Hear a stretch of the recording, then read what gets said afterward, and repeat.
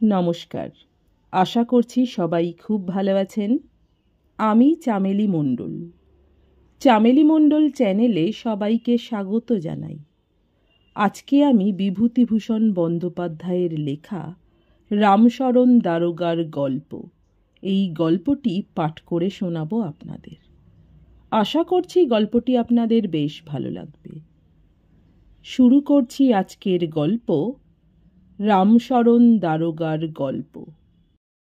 রামশরণবাবু আমাদের সান্ধ্য আড্ডায় নিত্যই আসেন, কিন্তু কথাবার্তা বড় একটা বলেন না। তিনি একজন অবসরপ্রাপ্ত পুলিশের কর্মচারী। জীবনে অনেক জিনিসই দেখেছেন, আমাদের অনেকের চেয়ে বেশি দেখেছেন। কিন্তু তিনি এসেই একটা তাকিয়া আশ্রয় করে সেই যে আর হয়ে শুয়ে পড়েন, যতক্ষণ না আড্ডার শেষ লোকটি চলে যায় ততক্ষণ তিনি চোখ বুজে এবং নিজে নির্বাক থেকে অন্য সকলের কথা মন দিয়ে শোনেন। সেদিন সন্ধ্যা থেকেই মেয়েদের প্রেম ও তার মূল্য, এই ধরনের একটা আলোচনা চলছিল। এ সম্বন্ধে যার যা অভিজ্ঞতা সকলেই কোনো না কোনো ঘটনা বলছে।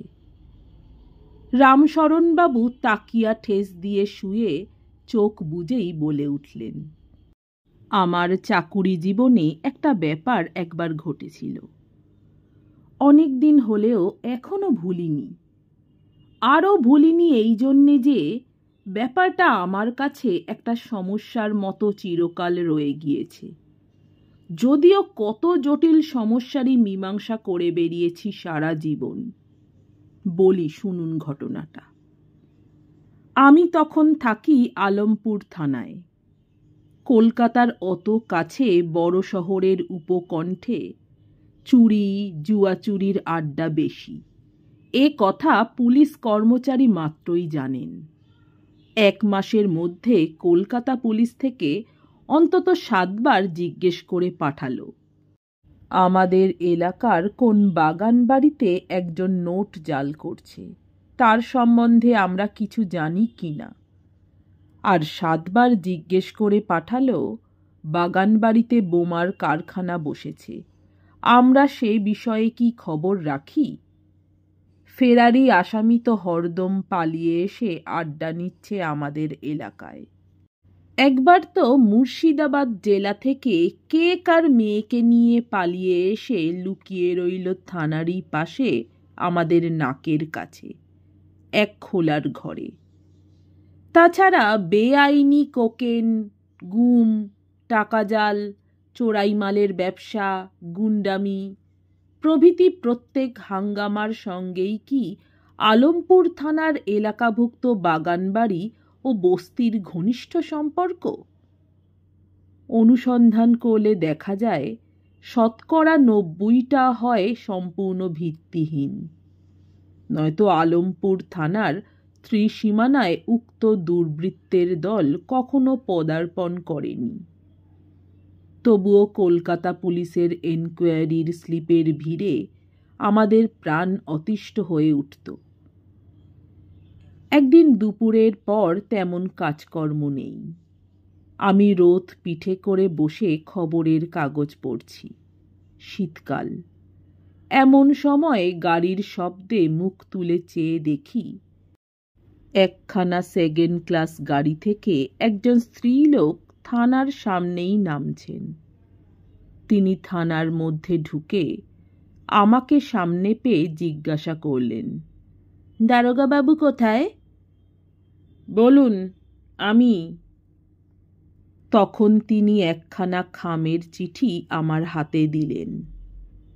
খাম খুলে চিঠিখানায় একবার চোখ বুলিয়ে নিয়ে স্ত্রীলোকটিকে বসতে বললুম।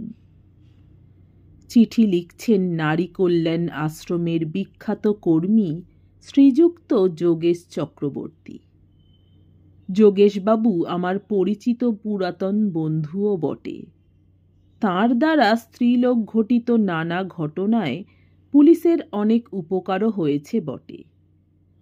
তাঁর বর্তমান পত্রে বিশেষ কিছু লেখা নেই, মাত্র এইটুকু যে যিনি এই পত্র নিয়ে যাচ্ছেন তিনি যোগেশবাবুর পরিচিতা।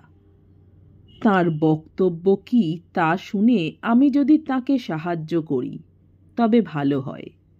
আমরা পুলিশের লোক, কাউকে বিশ্বাস করা আমাদের অভ্যাস নয়। মানুষের চরিত্রের খারাপ দিকটা এত দেখেছি যে এতে আমাদের দোষ দেওয়া খুব বেশি চলে না। স্ত্রীলোকটিকে একবার ভালো করে চেয়ে দেখে নিয়ে মনে হলো তার বয়স 40-এর মধ্যে হবে। এক সময়ে খুব রূপসী ছিলেন। খুব সরল চরিত্রের মেয়ে নয়, একটু খেলোয়াড় ধরনের। অবস্থাও খুব ভালো নয়। জিজ্ঞেস করলুম, আপনি কি চান? তিনি উত্তরে যা বললেন সংক্ষেপে তার মর্ম এই যে এখানকার কোনো কালী মন্দিরের পূজারীর সঙ্গে তার একমাত্র মেয়ের বিয়ে হয়েছে। বিয়ের সময় তার অবস্থা খুব ভালো ছিল না বলেই ওরকম পাত্রে মেয়ে দিতে বাধ্য হয়েছিলেন। মেয়েটি বড়ই কষ্টে আছেন। তিনি বর্তমানে মেয়েকে এখান থেকে নিয়ে যেতে চান তার নিজের কাছে।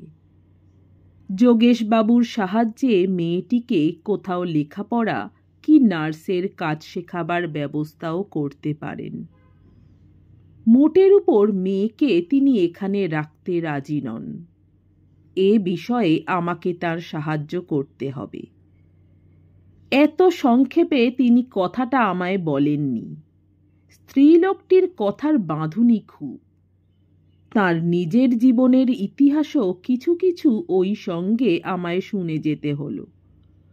তার মধ্যে দুটো কথা প্রধান।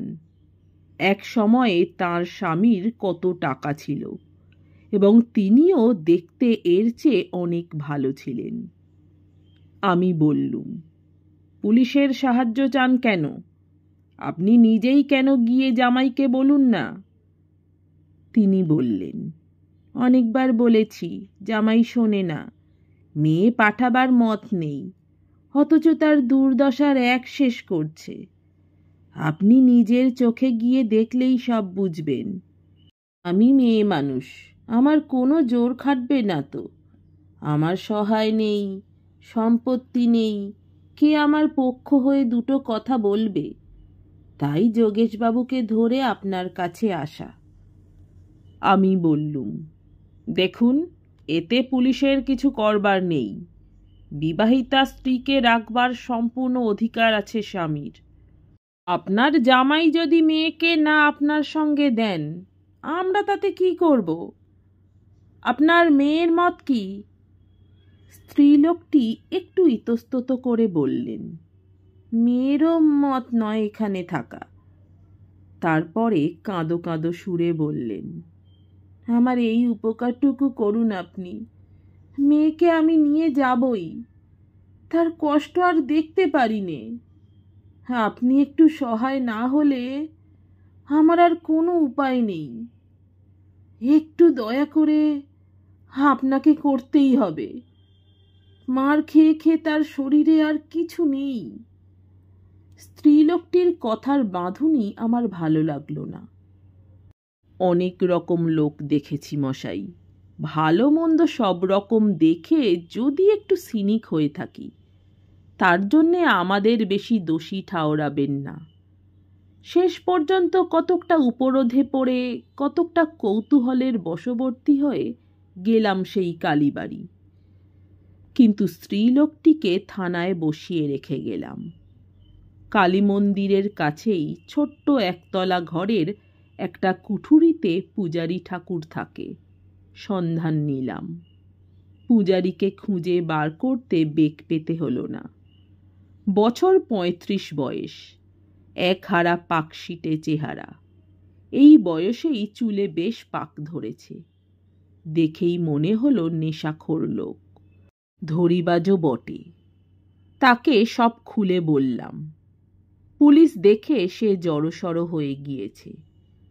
কাঁচুমাচু ভাবে বললে, আগে বাড়িতে যদি আপত্তি না করে আপনি গিয়ে শাশুড়ি ঠাকরুনকে নিয়ে আসুন, আমি পাঠিয়ে দেব। যদি সত্যি কথা জিজ্ঞেস করেন দারোগা বাবু, আমার মোটেই আপত্তি নেই। একটা পেট আমার, যে কোনো রকমে চালিয়ে নেব। বেশ, আপনি চলুন আমার বাসায়। আমার স্ত্রীকে বলুন আমি সেখানে থাকব না। এরপরে আমার এমন একটা অভিজ্ঞতা হলো যা অতদিনের পুলিশ জীবনে কখনো হয়নি। পূজারী যখন তার স্ত্রীকে দোর খুলতে বললে, আমরা তখন দোরের পাশে, কিন্তু অনেকটা দূরে দাঁড়িয়ে। দোর কে একজনে এসে খুলতেই পূজারী ঠাকুর বললে, দুটি ভদ্রলোক এসেছেন তোমার বাপের বাড়ি থেকে, তোমার মায়ের কাছ থেকে। ওরা তোমাকে কি বলবেন, ওদের সঙ্গে কথা বলো।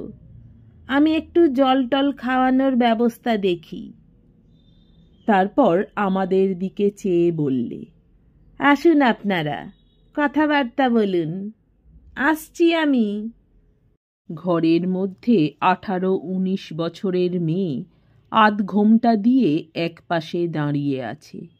বললে বিশ্বাস করবেন কি না জানি নে, কিন্তু অমন অপরূপ সুন্দরী মেয়ে আমি তো মশাই আমার জীবনে খুব বেশি যে দেখছি এমন মনে হয় না। টকটকে গৌর বর্ণ, মাথায় ঘন কালো চুলের রাশ, প্রতিমার মতো মুখশ্রী, কি সুন্দর হাত পায়ের গড়ন, কি সুন্দর ছোট্ট কপালখানি, আর চোখ, সকলের চেয়ে দেখবার জিনিস তার চোখ। ডাগর ডাগর, ভাসা ভাসা, তুলি দিয়ে আঁকা টানা জোড়া ভুরু। কতদিন হয়ে গিয়েছে, এখনো সে চেহারা চোখের সামনে দেখছি। ঘরে ঢুকে বললুম, মা, আমাদের দেখে ভয় পেও না, লজ্জাও করো না। আমরা পুলিশের লোক, এখানকার থানা থেকে আসছি। তোমার মা খানিকটা আগে থানায় আসেন এবং আমাদের অনুরোধ করেন তাকে সাহায্য করতে। তিনি তোমাকে এখান থেকে নিয়ে যেতে চান। তিনি থানায় বসে আছেন। তুমি যদি যাবার মত করো তবে তাকে এখানে গাড়ি নিয়ে আসতে বলি। মেয়েটি একটিবার ঘাড় নেড়ে বললে, আমি যাব না। ঘরের মধ্যে চারধারে চেয়ে দেখি এক কোণে একটা ভাঙা টিনের তোরঙ্গ।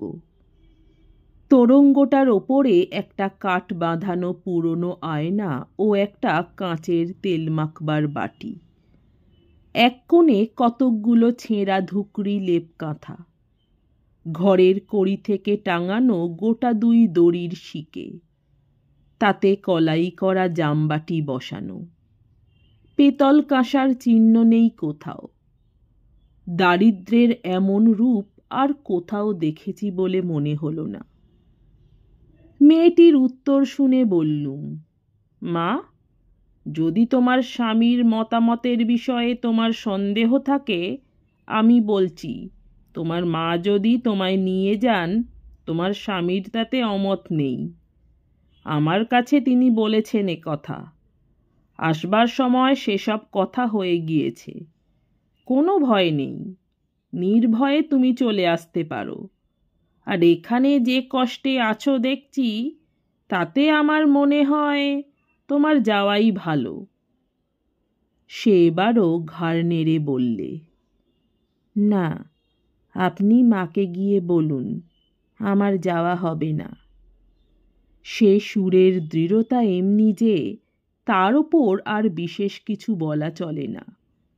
তবুও আর একবার বললুম, দেখো মা, বেশ করে ভেবে দেখো। তোমার মা এসেছেন অনেক আশা করে, আমাদের সাহায্য চেয়েছেন বলেই আমরা এসেছি। অবশ্যই এটাও আমরা দেখব তুমি তোমার মায়ের সঙ্গে গেলে তোমার স্বামী তোমার ওপর কোনো রূঢ় আচরণ না করেন। সে বিষয়ে তুমি নির্ভয়ে থাকতে পারো। মেয়েটি মুখ নিচু করে এবারও ঠিক আগের মতো সুরেই বললে, না, আমি যাব না। আমার কেমন একটু রাগ হলো। পুলিশে কাজ করে করে একটা বদ অভ্যাস হয়ে গিয়েছিল। কারোর প্রতিবাদ সহ্য করতে পারতাম না। একটু বিরক্তির সুরে বললুম, এই কষ্টে থাকবে সেও ভালো, যাবে না তবুও? মেয়েটি চুপ করে রইল। বেশ, না যাবি মর্গে যা, তাতে আমার কি, বললুম। তাহলে একটা কাজ করো, না যাও সে তোমার ইচ্ছে, আমাদের কিছু বলবার বা জোর করবার নেই। তুমি একখানা পত্র লেখো তোমার মাকে যে আমরা তোমাকে যাবার জন্যে অনুরোধ করেছিলুম, তুমি যেতে রাজি হওনি। আমরা থানায় গিয়ে তাকে দেখাবো। কাগজ কলম আমরা দিলাম। মেয়েটি মেঝের ওপর বসে চিঠি লিখতে লাগল। ওর সুগৌর হাত দুটির ওপর সেই সময় ভালো করে চোখ পড়তে দেখি একজোড়া রাঙা কর ও নোয়া ছাড়া এমন সুশ্রী সুডৌল হাতে আর কিছু নেই। আরও কষ্ট হলো ঘরের মেঝের অবস্থা দেখে। কি বিশ্রী স্যাঁতসেঁতে মেঝে, সপ সপ করছে ভিজে, সদা সর্বদা যেন জল উঠছে। এই মেঝের ওপর বিনা খাটে শোয়ে কি করে, এ আমার বুদ্ধির অতীত। অত্যন্ত সুস্থ লোকও 3 দিন এরকমের শুধু মেঝের ওপর যদি শুয়ে থাকে, সে নিশ্চয়ই একটা কঠিন অসুখে পড়বে। কথাটা ভাবতে ভাবতে হঠাৎ অবাক হয়ে চেয়ে দেখি মেয়েটি মুখ নিচু করে পা ছড়িয়ে মেয়েলি ধরনে বাঁ হাতের কনুইয়ের ওপর ভর দিয়ে একদিকে কাত হয়ে বসে চিঠি লিখছে, আর তার ডাগর চোখ দুটি বেয়ে টস টস করে জল পড়ছে। 2-1 ফোঁটা জল চিঠির ওপরও পড়ল। পুলিশের চাকুরিতে মন বেশ একটু কঠিন হয়ে গিয়েছিল বটে, তবু মেয়েটির নিঃশব্দ কান্না দেখে ওর সংসারের এই নগ্ন দারিদ্র্য, নিরাভরণ ওই হাত দুটি, এই স্যাঁতস্যাঁতে ঘরের মেঝে, ভাঙা আয়নাখানা, ওই ধুকরি লেপ কাঁথা দেখে তার ওপর ওর গাঁজাখোর মূর্খ স্বামীর কথা মনে হয়ে, না মশাই, আপনারা বললে বিশ্বাস করবেন না, সুরটা নরম করেই বললুম, এই তো মাকে চিঠি লিখতেই তোমার চোখ দিয়ে জল পড়ছে, তবে কেন চলো না তার সঙ্গে? আমার সহানুভূতির সুর বোধহয় ওর হৃদয় স্পর্শ করলে। বললে, সেখানে এর চেয়েও কষ্ট। ওর সেই দৃষ্টিতে হতাশা, ঔদাসীন্য, মরিয়া ভাব সব একসঙ্গে জড়ানো। অবাক হয়ে বললুম, এর চেয়েও কষ্ট? এর চেয়ে আর কি কষ্ট থাকতে পারে? মেয়েটি শান্ত স্থির সুরে বললে, আপনি সব কথা জানেন না। বললুম যে আরও অনেক কথা আছে এর মধ্যে, সেসব কথা বলতে চাইনি। মাকে আমার প্রণাম জানাবেন, আর বলবেন তোমার মেয়ে মরেছে, আর তার খোঁজ করো না। কথাটার শেষের দিকে রুদ্ধ কান্নায় ওর গলার সুর আটকে গেল। আমিও চিঠিখানা নিয়ে সে স্থান ত্যাগ করলুম। পথে দেখি পূজারী ঠাকুর একটা শালপাতার ঠোঙা হাতে আসছে। আমাদের দেখে দাঁত বার করে বললে, হে, কি হলো দারোগা বাবু, যা বলেছি তাই হলো কি না? তা এক্ষুনি চললেন যে, একটু যৎ সামান্য মিষ্টি মুখ।